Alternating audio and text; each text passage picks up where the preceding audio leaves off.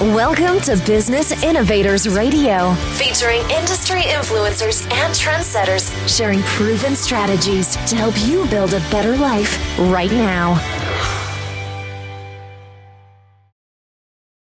Well, hello and welcome to this episode of the show. This is Mike Saunders with Marketing Huddle, and today we have with us a guest, Anthony Kirlew, and he is with the Abounding Business Conference coming up here in just a few weeks in January. It's hard to believe that we're almost at the end of the year. Anthony is a veteran entrepreneur, launched several successful businesses, and we're talking today about the 2016 Abounding Business Conference. Anthony, welcome to the program. Hey, Mike. Thanks so much for having me on the show. You're welcome. And tell me about the conference, how you thought to put it together, where you saw the need, and what all the conference is going to cover. Sure. It's essentially a day of growth and empowerment for small business owners and entrepreneurs.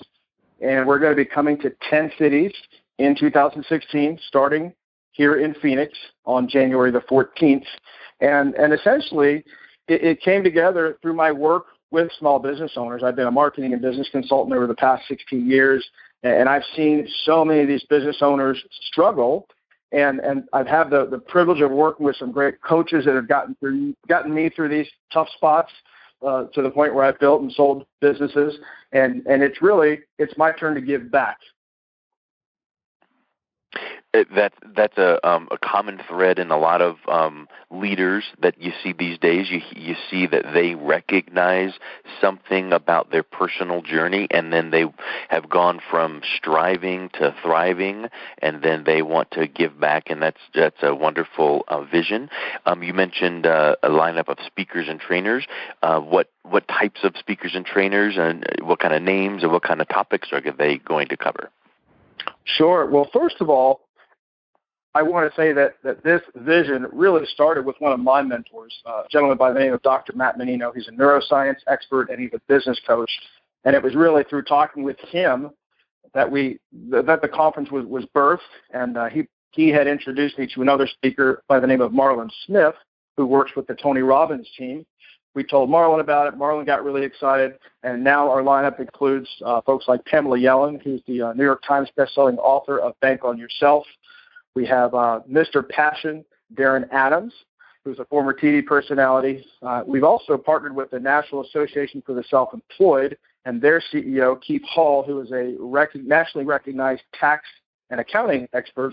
We'll be talking to our small business owners and entrepreneurs, helping them learn how to keep more of the money that they earn.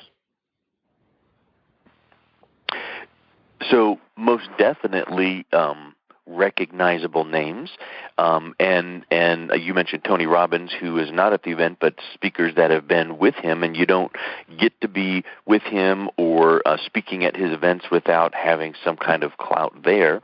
What brought you to this group of speakers? Was it your mentor only, or were there other connections as well?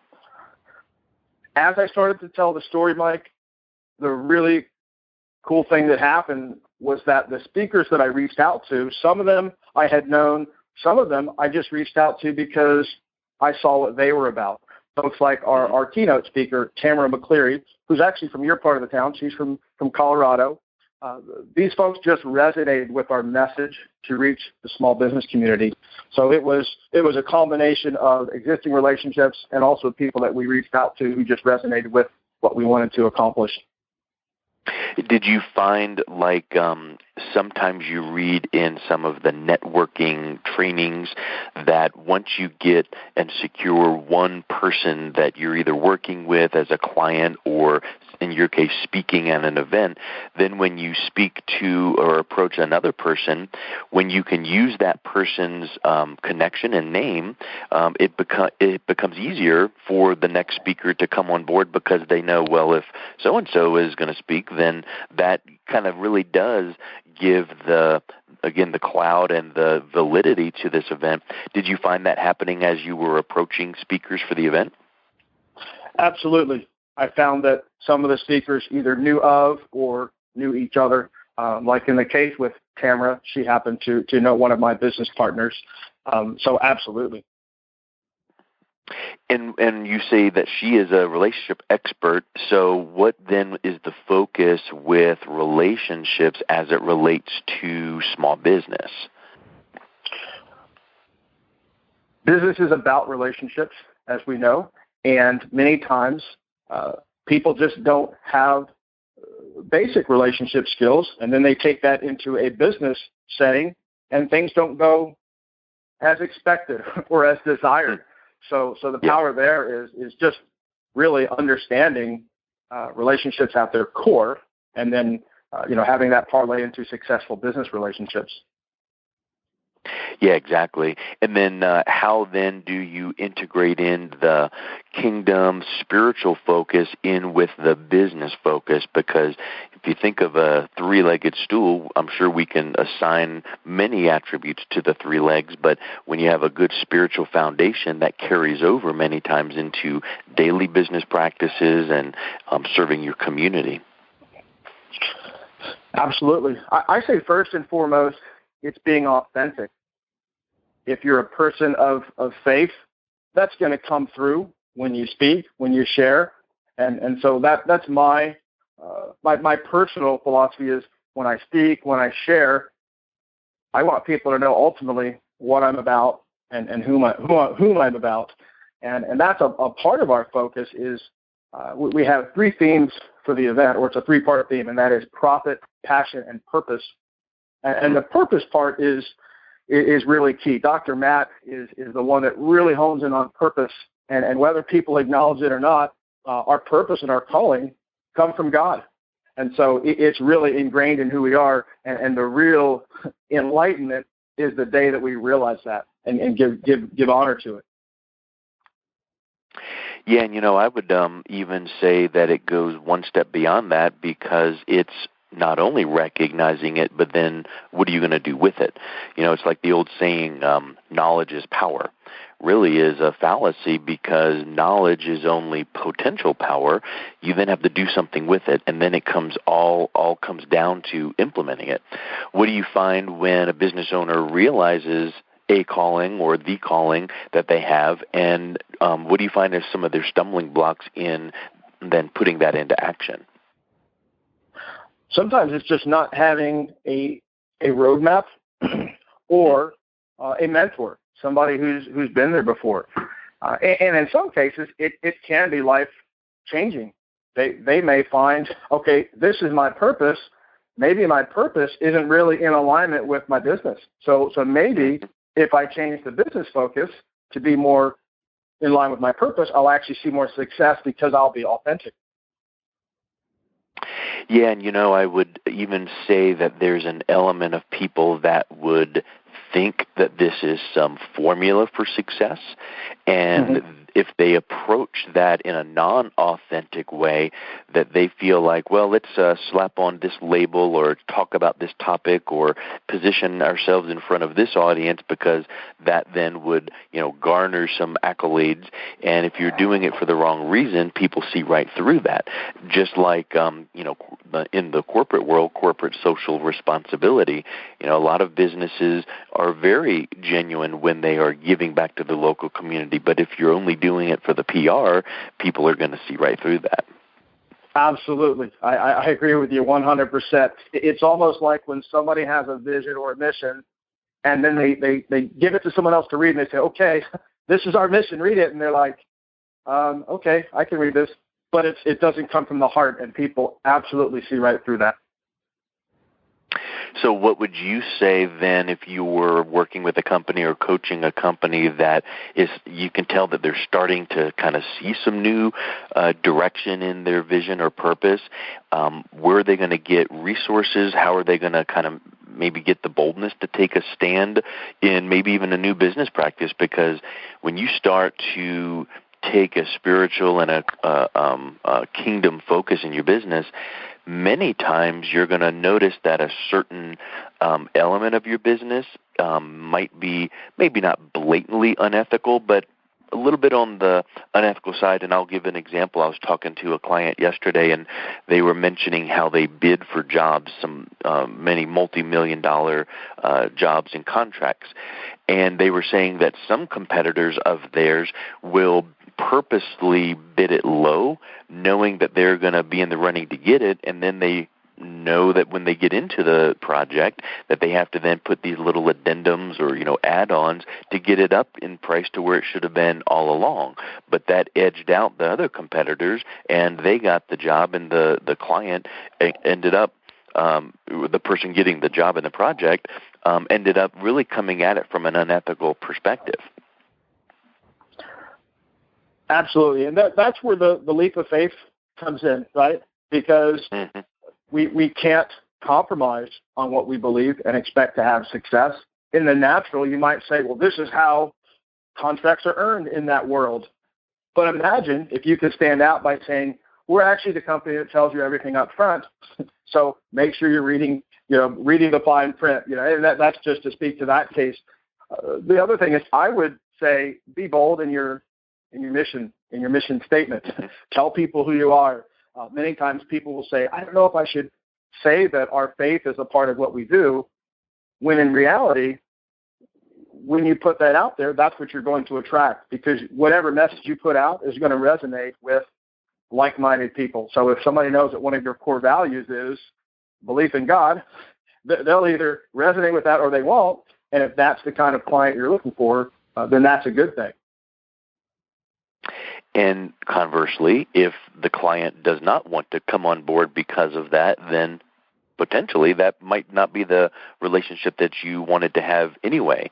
Maybe there would have been some issues that the client would have asked you to compromise on. So, maybe having all of that transparency is a really good thing, in the sense that it's going to set the tone for that relationship. Absolutely. It sets a tone. It sets a tone, and it sets the expectation. Yeah. Yeah, it's kind of like you want to tell people what you're going to do, then do it for them, and then tell them that you did it, and then tell them why you did it, to reinforce and layer in the benefits. And I would suspect that there's just a lot of businesses that have the mindset that, oh yeah, I go to church on Sunday, business owners, and then on Monday it's business, and it's almost like a switch. They flip on business mode, and then Sunday they flip on church mode. How have you found that businesses need to, or have success in, making it more of an integrated, fluid mindset?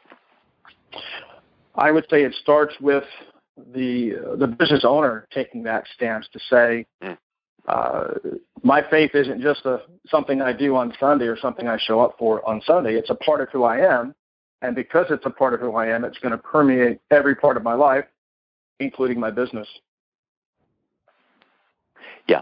I mean, I think that's where that needs to come to. It sometimes is a tougher decision, but I think that the rewards are there, and I think the rewards that come from even the process of going through it. The business owner needs to realize that they're making a stand, and that's a good thing. They may find that doing that in their business is then a catalyst to help them take stands in their personal life, their spiritual life, their health, in a lot of areas.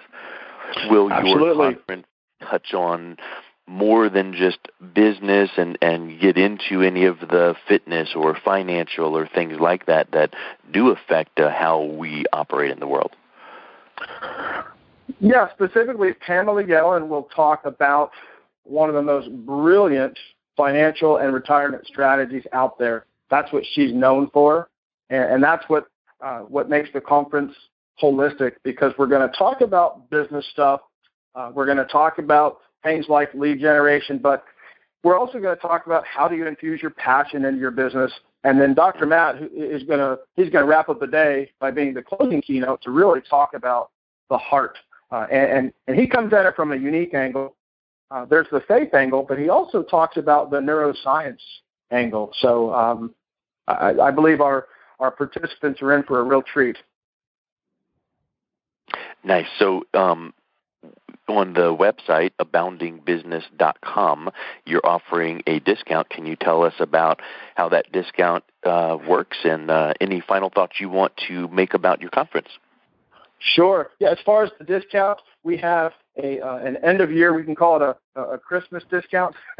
As we close out the year, We know that people's minds are on lots of different things, but we don't want them to neglect to plan for 2016, and that's the reason why we're giving people financial incentive to secure their spot now. The door price is $299, but currently it's half off. It's $149 through the end of the year.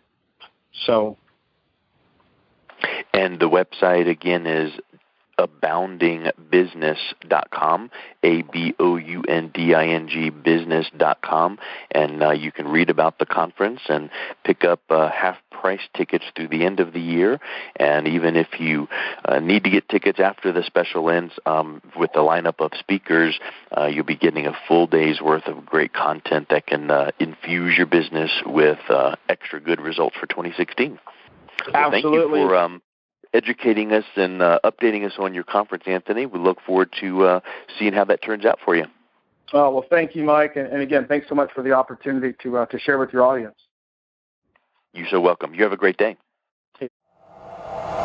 Thanks for listening to Business Innovators Radio. To hear all episodes featuring leading industry influencers and trendsetters, visit us online at businessinnovatorsradio.com today.